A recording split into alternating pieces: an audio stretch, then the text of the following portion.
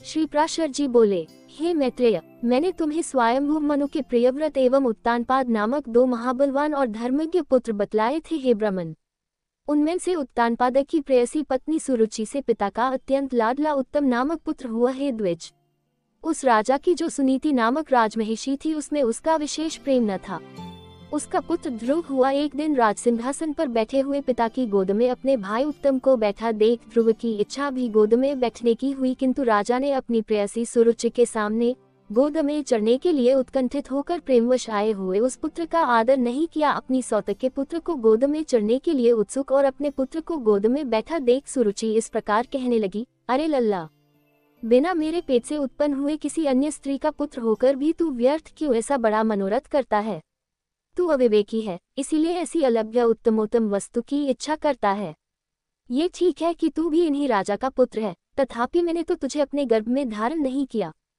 समस्त चक्रवर्ती राजाओं का आश्रय रूप ये राजसिंहासन तो मेरे ही पुत्र के योग्य है। तू व्यर्थ क्यों अपने चित्त को संताप देता है? मेरे पुत्र के समान तुझे वृथा ही यह ऊंचा मनोरथ क्यों होता है? क्या तू नहीं जानता कि तेरा जन्म सुनीति से हुआ है?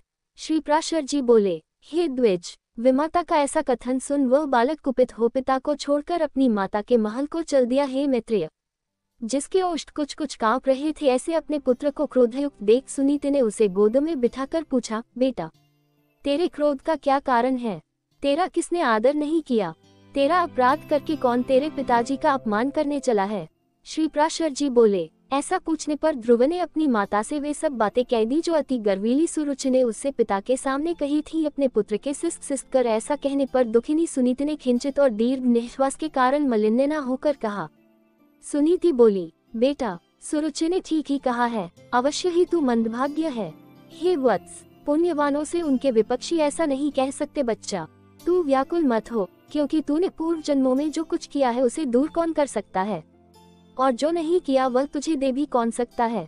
इसलिए तुझे उसके वाक्यों से खेद नहीं करना चाहिए। हे वत्स, जिसका पुण्य होता है उसी को राजासन, राजछत्र तथा उत्तम उत्तम घोड़े और हाथी आदि मिलते हैं। ऐसा जानकर तू शांत हो जा। अन्य जन्मों में किए हुए पुण्य कर्मों के कारण ही सुरुचि में राजा की सुरुचि प्रीति है, और पुण्यहीना होने से ही मुझ जैसी स्त्री केवल भार्या भरण करने योग्य की कही जाती है। उसी प्रकार उसका पुत्र उत्तम भी बड़ा पुण्य संपन्न है, और मेरा पुत्र तू ध्रुव मेरे समान ही अल्प पुण्यवान है। तथापि बेटा, तुझे दुखी नहीं होना चाहिए, क्योंकि जिस मनुष्य को जितना मिलता है वह अपनी ही पूंजी में मग्न रहता है। और यदि सुरुचि के वाक्यों से तुझे अत्यंत दुखी हुआ है तो सर्व फलदायक पुण्य के संग्रह करने का प्रयत्न कर। तू सुशील, पुण्यात्मा, प्रेमी और समस्त प्राणियों का हितैषी बन, क्योंकि जैसे नीची भूमि की ओर ढलकता हुआ जल अपने आप ही पात्र में आ जाता है, वैसे ही सत्पात्र मनुष्य के पास स्वतः ही समस्त संपत्तियां आ जाती हैं। ध्रुव बोला, माताजी, तुमने मेरे चित्त को शांत करने के लिए जो वचन कहे हैं वे दुर्वाक्यों से बिंधे हुए मेरे हृदय में तनिक भी नहीं ठहरते। इसलिए मैं तो अब वही प्रयत्न करूंगा जिससे संपूर्ण लोकों से आदरणीय सर्वश्रेष्ठ पद को प्राप्त कर सकूं। राजा की प्रेयसी तो अवश्य सुरुचि ही है, और मैंने उसके उदर से जन्म भी नहीं लिया है। तथापि हे माता, अपने गर्भ में बड़े हुए मेरा प्रभाव भी तुम देखना। उत्तम, जिसको उसने अपने गर्भ में धारण किया है, मेरा भाई ही है। पिता का दिया हुआ राजासन वही प्राप्त करे। भगवान करे ऐसा ही हो माताजी। मैं किसी दूसरे के दिए हुए पद का इच्छुक नहीं हूँ। मैं तो अपने पुरुषार्थ से ही उस पद की इच्छा करता हूँ जिसको पिताजी ने भी नहीं प्राप्त किया है। श्री प्राशर जी बोले, माता से इस प्रकार कह ध्रुव उसके महल से निकल पड़ा और फिर नगर से बाहर आकर बाहरी उपवन में पहुंचा। वहां ध्रुव ने पहले से ही आए हुए 7 मुनीश्वरों को कृष्ण मृगचर्म के बिछौनों से युक्त आसनों पर बैठे देखा। उस राजकुमार ने उन सबको प्रणाम कर अति नम्रता और समुचित अभिवादनादि पूर्वक उनसे कहा। ध्रुव ने कहा, हे महात्माओं, मुझे आप सुनीति से उत्पन्न हुआ राजा उत्तानपाद का पुत्र जाने। मैं आत्मग्लानि के कारण आपके निकट आया हूँ। ऋषि बोले, राजकुमार, अभी तो तू 4-5 वर्ष का ही बालक है। अभी तेरे निर्वेद का कोई कारण नहीं दिखाई पड़ता। तुझे कोई चिंता का विषय भी नहीं है, क्योंकि अभी तेरा पिता राजा जीवित है। और हे बालक, तेरी कोई इष्ट वस्तु खो गई हो ऐसा भी हमें दिखाई नहीं देता, तथा हमें तेरे शरीर में भी कोई व्याधि नहीं दिख पड़ती। फिर बता, तेरी ग्लानि का क्या कारण है? श्री प्राशर जी बोले, तब सुरुचि ने उससे जो कुछ कहा था वह सब उसने कह सुनाया। उसे सुनकर वे ऋषिगण आपस में इस प्रकार कहने लगे, अहो, क्षात्र तेज कैसा प्रबल है, जिससे बालक में भी इतनी अक्षमा है कि अपनी विमाता का कथन उसके हृदय से नहीं टलता। हे क्षत्रिय कुमार, इस निर्वेद के कारण तूने जो कुछ करने का निश्चय किया है यदि तुझे रुचे तो वह हम लोगों से कह दे, और हे अतुलित तेजस्वी, ये भी बता कि हम तेरी क्या सहायता करें, क्योंकि हमें ऐसा प्रतीत होता है कि तू कुछ कहना चाहता है।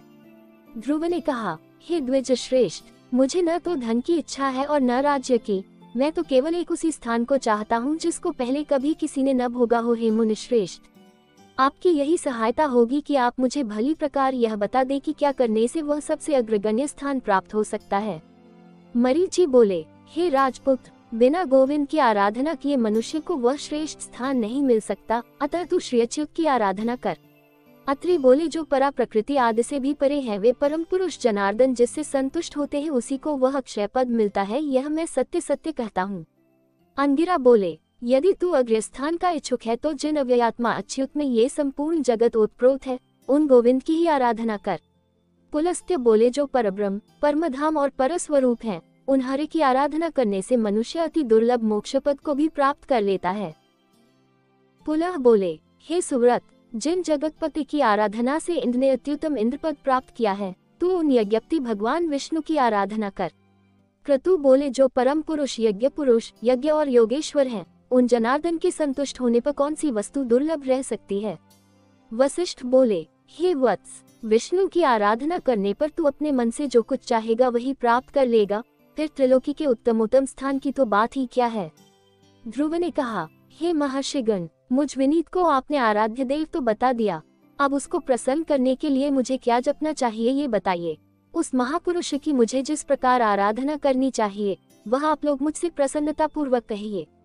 ऋषिगण बोले, हे राजकुमार, की आराधना में तत्पर पुरुषों को जिस प्रकार उनकी उपासना करनी चाहिए वह तू हमसे यथावत श्रवण कर। मनुष्य को चाहिए कि पहले संपूर्ण बाह्य विषयों से चित्त को हटावे और उसे एकमात्र उन जगदाधार में ही स्थिर कर दे। हे राजकुमार, इस प्रकार एकाग्रचित होकर तन्मय भाव से जो कुछ जपना चाहिए वह सुन। ओम हिरण्यगर्भ पुरुष प्रधान और अव्यक्त रूप शुद्ध ज्ञान स्वरूप वासुदेव को नमस्कार है। इस ओम नमो भगवते वासुदेवाय मंत्र को पूर्व काल में तेरे पितामह भगवान स्वयंभुव मनु ने जपा था, तब उनसे संतुष्ट होकर श्री जनार्दन ने उन्हें त्रिलोकी में दुर्लभ मनोवांछित सिद्धि दी थी। उसी प्रकार तू भी इसका निरंतर जप करता हुआ श्री गोविंद को प्रसन्न कर।